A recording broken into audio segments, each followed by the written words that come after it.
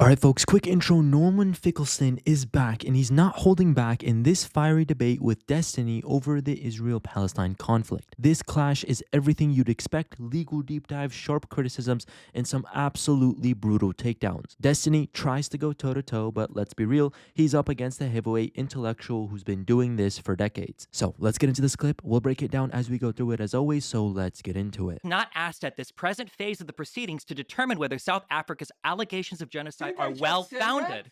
They're not well-founded. They're not even well-founded. The court isn't. You said that plausible was a high standard. It is absolutely not. It is a misrepresentation of the strength of the case against Israel, just like the majority of the quotes they have in this case are. And also, you said it was an extremely well-founded case. They spend like 1/4 of all of the quotations, some even pulled from the Goldstone report, that try to that actually deal with the intent part. Which is, by the way, I think you guys, I don't know if you use the phrase, the dolo specialis, that the intentional part of genocide. Sorry, I don't know that term. I think it's called dolo specialis. It is the most important part of genocide, which is proving it is a highly special intent to commit genocide. It's possible that Israel could. That's mens rea. No, the mens rea. Yes, I understand the state of mind, but for genocide, it's called dolo specialis. It's a highly special intent. Did you read the case? Yeah.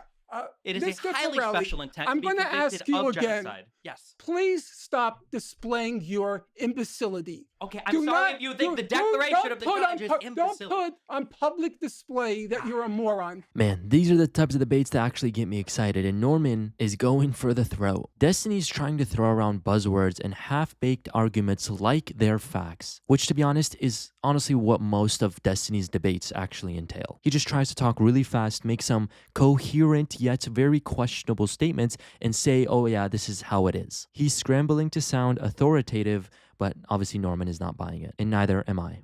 At least have the self-possession to shut up. Did I'm read the comfortable putting case? my display on camera if you're Borelli, comfortable putting yours in Mr. books, Borelli, okay?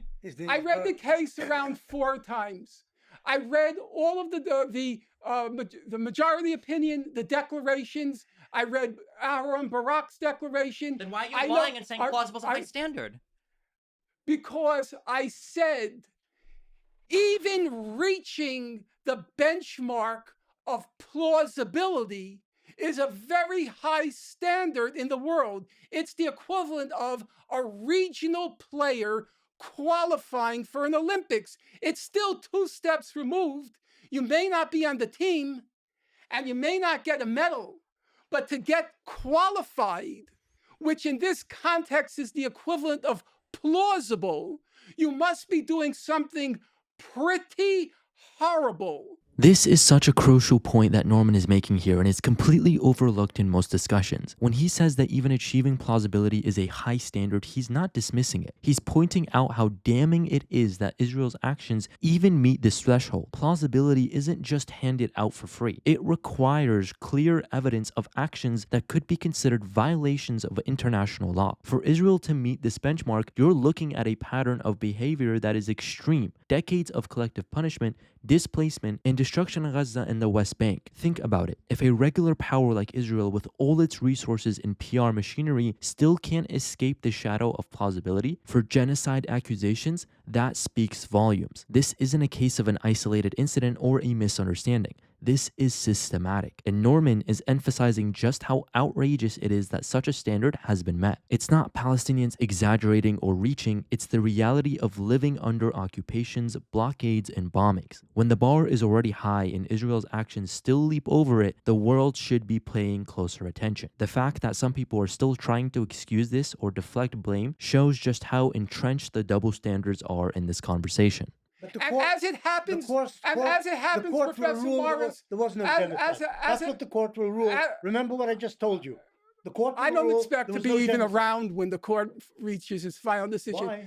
Why? It'll take a long, long time. 2 years, 3 years. No, I don't think it'll take 2 or 3 years. I mean, but- Bosnia, which was admittedly a special type of case because they were accusing Serbia of sponsoring the Bosnian Serbs. That took, I think, 17 years from 90. I assume they'll take 2 or 3 years. But the point you're making, so this I'm is saying illegal. that something horrible must be happening to even achieve. It is horrible. It's a war. Yeah, It's true. It's Yes. horrible. But I Except think they weren't rendering a ruling on the war.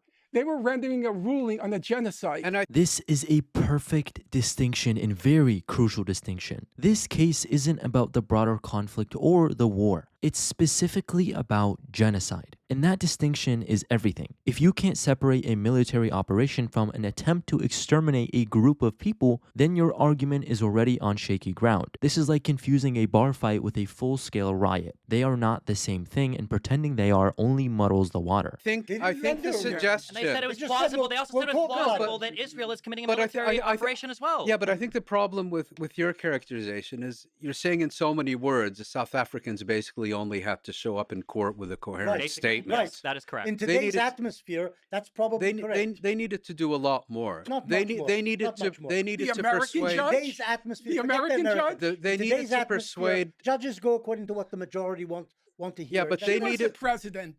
They needed to persuade the court that it was worth investing several years of their time in They're probably hearing well this paid case. for it, To us. so They're well paid whether they they have take time this for it. case or not.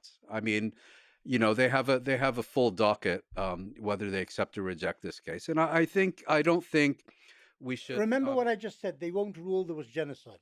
Remember what I said. Also, I recommend people actually read the case and follow through a lot of the quotes. That they just Okay. don't show Mr. genocidal intent. Borelli, brace I don't think so yourself. either. The Israeli Minister of Mr. Finance on the Borelli. 8th of October 2023, this is taken from the ICJ, this is from South Africa's submission, Bezalel Smotrich, I can't read this, stated, Smotrich. there you go, okay, at a meeting of the Israeli cabinet that, quote, we need to deal a blow that hasn't been seen in 50 years and take down Gaza, end quote. But again, if you click through and you read the source, their own linked source, it says, as per this own source, quote, the powerful finance minister, settler leader Bezalel Smotrich, I can't pronounce this, demanded at the cabinet meeting late Saturday that the army, quote, hit Hamas brutally and not take the matter of the captives into significant consideration, end quote. Quote, in war, as in war, you have to be brutal, end quote. He was quoted as saying, quote, we need to deal a blow that hasn't been seen in 50 years and take down Gaza, end quote. You can't strip the quotation of Hamas, a entity that you're at war with, and then pretend that there's genocidal intent. Take That's down not how it... Gaza. That's not genocide. Hey, So when the Take down Ukrainians say Gaza? we need, when the Ukrainians say take we need to down Down defeat Gaza,